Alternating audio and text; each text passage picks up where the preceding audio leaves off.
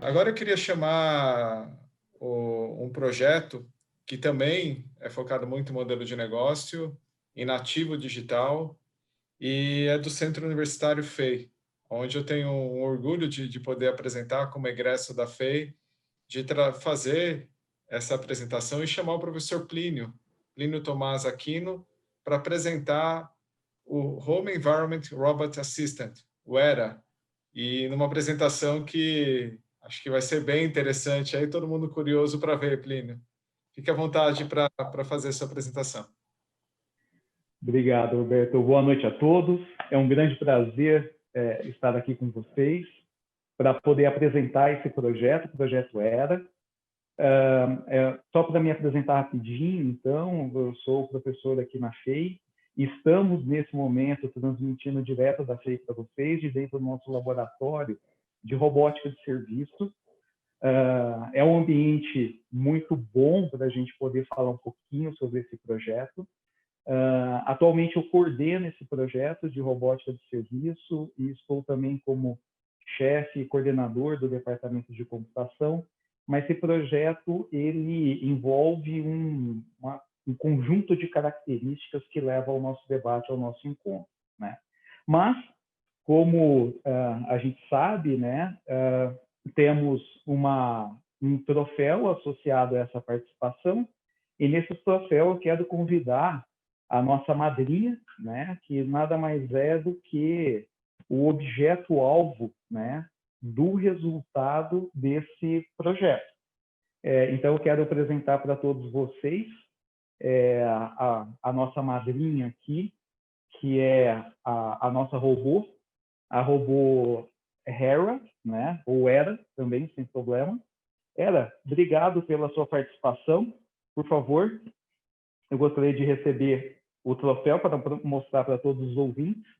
Então, com muita alegria, ao lado do resultado desse projeto, o Robô Era, eu agradeço, né, o troféu que foi direcionado aí pela Iniciativa de Transformação Digital, e vou deixar aqui no nosso repositório, né, aqui no centro como destaque do nosso troféu, ok?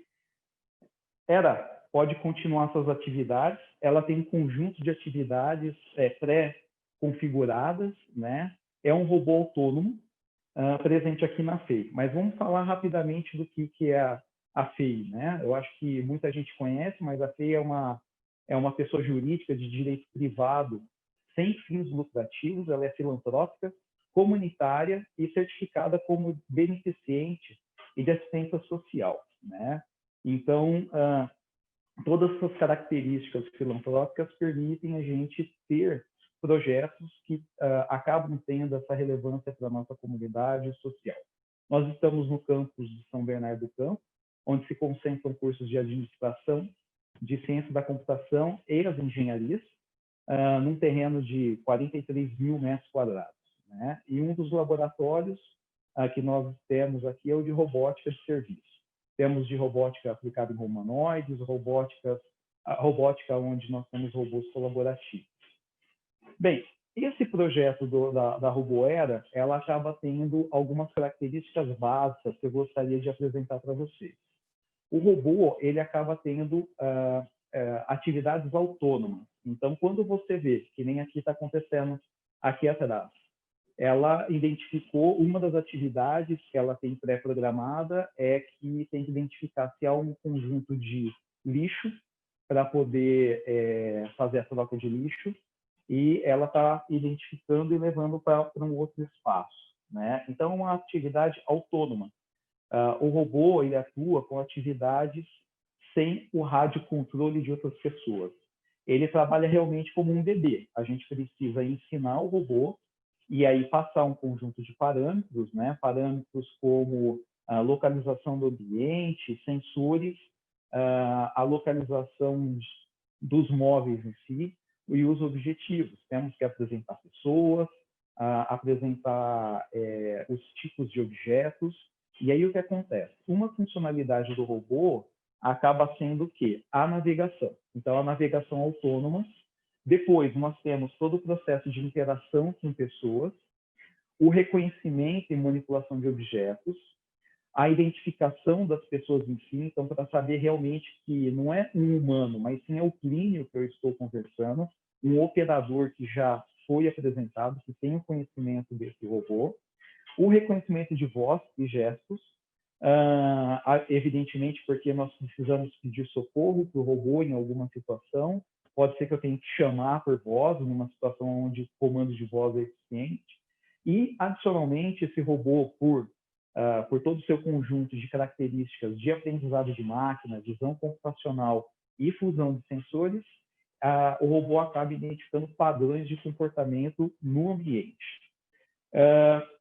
Bem, e aí o que acontece? Esse robô, com todas essas funcionalidades básicas que eu acabei de explicar, ele acaba conseguindo ter tarefas características de um ambiente, né? Que a gente costuma chamar de atividades complexas numa visão de desenvolvimento da robótica em si. Então, eu posso ter atividades de distribuição de remédios no hospital, de triagem de pessoas na recepção de um hotel ou de um ambulatório num hospital. Eu posso ter também a característica de medição de temperatura, é uma das funcionalidades que a gente trabalhou agora nos últimos meses, né, para ela poder recepcionar pessoas em prédio e conseguir identificar, medir temperatura, identificar se está usando máscara ou não, e se a posição da máscara está correta. Atendimento em restaurantes é uma outra prática que ela já acontece, que a gente consegue ver colocando o RoboFei at Home, vocês conseguem visualizar ela atendendo em restaurantes, que é uma das provas internacionais que a gente participa. A apresentação de ambientes em fábrica, chão de fábrica, sobre critérios de segurança, a localização dos elementos da fábrica, distribuição de insumos em fábrica. Então, o robô ele fez uma apresentação na FEIMAF, né, caracterizando essas funções. E hoje a gente foca muito nas atividades domésticas de assistência a idosos, por exemplo, ou pessoas com baixa mobilidade. Então, por exemplo, dar o apoio para idosos numa residência ou num lar, né, identificando padrões de hidratação, padrões de remédios, né, sobre horários de atendimento de aplicação de medicamentos, a característica de movimentação desses idosos, tá? E o robô, com o processo de interação que ela possui, ela permite estimular essas pessoas. As pesquisas mostram essas características positivas. E aí eu queria apresentar para vocês um pouquinho mais de detalhe sobre a estrutura desse projeto. É um projeto feito totalmente por alunos de graduação, mestrado e doutorado do Centro Universitário da FEI, aonde nós temos envolvimento de alunos de computação, engenharia mecânica, engenharia elétrica, automação e controle, engenharia de robôs, engenharia de produção, administração. São muitos aspectos que ajudam a gente a conseguir desenvolver um projeto como esse, né? Bem, aí vocês podem perguntar, poxa, mas Plínio, qual é um motivador de qualidade, né? Como que você mede esses resultados para continuar desenvolvendo essa pesquisa, para chegar num grau de maturidade de aplicação em mercado? A gente basicamente dá o start da pesquisa em pesquisas científicas. Nós participamos de competições robóticas, né, nacional e internacional. Então, um dos resultados é a sequência de prêmios que a gente tem conseguido, né? Na latino-americana, a gente tem o tetracampeonato até agora, né? E além de conseguir testar também esses resultados em empresas, né? Quando apresentam novos cenários e a gente acaba validando essas características básicas que eu apresentei para vocês em cenários industriais, tá? Ou aplicado em comércio e serviços. Falando um pouquinho da estrutura desse robô, né? Então, olhando aqui a cabeça, a parte de cima do robô, eu mostro para vocês que nós temos um conjunto de sensores. Vamos dividir na parte superior, o meio e a parte inferior. Na parte superior, eu tenho um sensor que identifica o sentido do som. Então, se eu estiver atrás do robô, né, um idoso está sentado, o robô está olhando para frente. A câmera, ela é todo um projeto otimizado. Não posso colocar câmeras em todos os sentidos para tornar o projeto viável. E aí, o que acontece? Eu tenho um sensor muito mais barato que identifica o sentido do som. Eu estou atrás do robô e chamo pela ela vai se virar e interagir comigo. Tenho microfones direcionais, realmente para identificar com qualidade o comando de voz. A interface adaptativa, que ela consegue ter ciclos de interação. Então, de acordo com os comandos e as confirmações dos comandos, eu uso esse feedback por telas. E um sensor baseado no Kinect mesmo, onde eu tenho um conjunto de leituras aqui, já embutidos por essa plataforma, para conseguir reconhecer as pessoas, obstáculos, objetos que eu vou manipular. Numa segunda parte aqui, nós temos um manipulador. É um manipulador que possui uma estrutura de 8 servomotores. Esses 8 servomotores com um gripper, que é a garra, né, com distorção para conseguir pegar objetos, tá? Com 6 graus de liberdade esse manipulador. Dentro dessa estrutura central, nós temos baterias, computação central, todo o computador que faz o desenvolvimento do projeto, e temos também o sistema de som. Na parte inferior, nós temos um conjunto de rodas omnidirecional, que permite que esse robô consiga se deslocar em qualquer direção, sem grandes manobras, então caracterizado para lugares apertados. Temos também o quê? Sensores laser e sensores mecânicos que podem ser acoplados para a segurança. Esses motivadores desses projetos, o que acontece? São competições, onde um dos elementos é segurança, né? Então, um robô desse é inadmissível que eu tenha algum problema de atropelar um animalzinho de estimação, uma pessoa, quebrar um objeto. E o que eu quero trazer para vocês é o alinhamento, né, das iniciativas e os fundamentos, os pilares do Brasil 6.0. O primeiro delas, que a gente pode destacar, acaba sendo o quê? A questão da sociedade 5.0. Né? Percebam, um equipamento como esse, uma tecnologia como essa, a gente acaba trazendo as questões do quê? A pessoa está no centro do projeto. Né? Eu quero prover qualidade de vida, inclusão dessas pessoas. Então, dado o exemplo que eu coloquei para vocês, né, eu quero proporcionar tecnologia de qualidade para pessoas com baixa mobilidade, idosos, crianças, assegurando elementos de segurança, o suporte nos direitos básicos de convívio, hidratação, remédios, pegar um objeto se eu não tenho como fazer isso. Consequentemente, eu tenho o quê? Um comportamento de negócio, aonde eu posso transformar a experiência do cliente. Eu posso ter esse robô interagindo com as pessoas em ambientes críticos, né? Então, hoje, com a pandemia, é um excelente exemplo para você ter o quê? A presença do robô interagindo com pessoas que estão isoladas, servindo essas pessoas que estão debilitadas na saúde. E eu posso ter a sua aplicação também na indústria, no comércio, recepção em supermercados, em restaurantes, numa montadora, numa concessionária. Então, onde eu tiver fluxo de pessoas e eu preciso ter uma ação autônoma, ou seja, o robô reconhece características, né?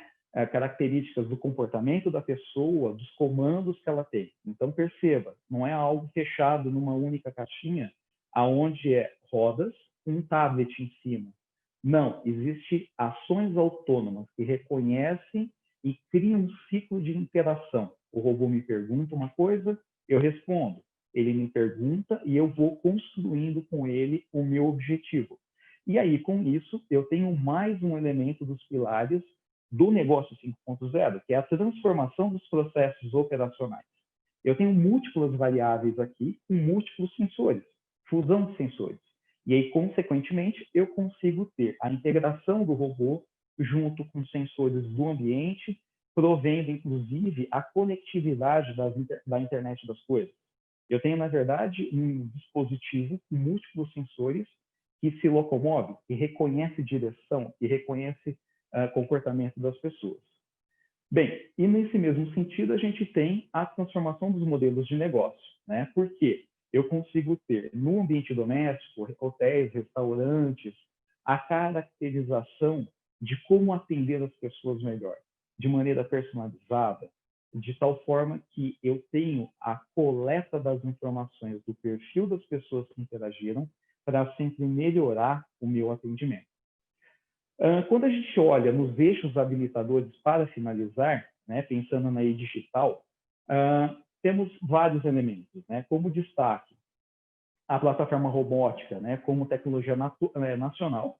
Eu consigo ter a transformação digital em diversos ambientes, né, e considerando esses sensores, capturando dados de comportamento social e tomar decisão num shopping, num poupa-tempo, em locais onde eu estou entregando serviço para o cidadão. Ao mesmo tempo, nos preocupamos bastante com pesquisa e desenvolvimento, né, de inovação nacional. Existem serviços, né, onde a gente não consegue alcançar a população nacional por causa da distância desse tipo de tecnologia do nosso país, né, e está aqui, né, uma tecnologia desenvolvida. Alguns elementos acabam tendo que ser importados hoje, mas existem um potencial de fabricação nacional, né? Educação e capacitação profissional é um outro elemento chave, né? Tanto de fornecimento dos recursos desse tipo de robô para no processo de aprendizagem. A gente pode ter o robô atuando em escolas, em universidades, e ao mesmo tempo, dentro da nossa instituição, ele acaba sendo um ótimo case. Inclusive, motivou a criação do curso de engenharia de robôs, né? O nosso primeiro curso de engenharia de robôs no Brasil.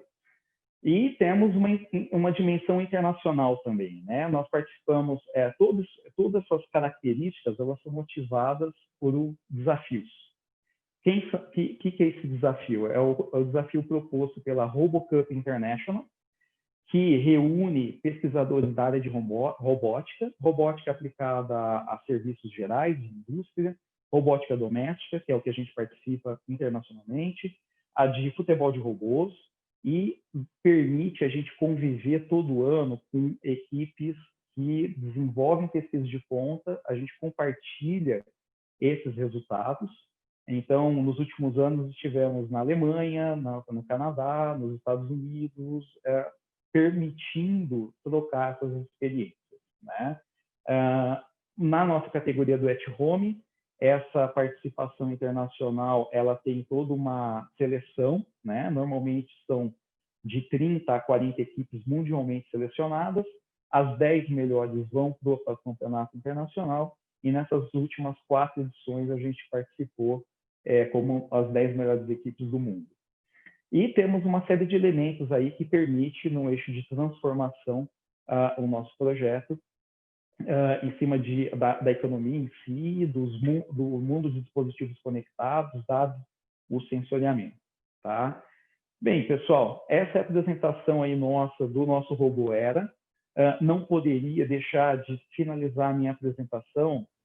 Esse projeto só é possível porque nós temos a participação de muitos alunos, né? Dado a nosso distanciamento, hoje eu tive a chance de convidar 2 alunos que estão aqui para representar a equipe de 15 alunos que participam do projeto. Então, eu apresento para vocês o Guilherme, Poxa vida, acabei de esquecer, a apresentação deixa a gente nervoso, né? Professor nervoso, já viu isso, né? O Bruno também está aqui com a gente. Bruno, me perdoe o gaguejar dos nomes, mas são tantos alunos, né? Então, agradeço. São alunos que pesquisam, desenvolvem, são motivados nessa pesquisa e, principalmente, eles sempre comentam uma característica: é entregar valor de inovação, resultado aplicado lá na ponta da cadeia, né? Para o nosso cidadão, para aquele brasileiro que quer usufruir desse tipo de tecnologia.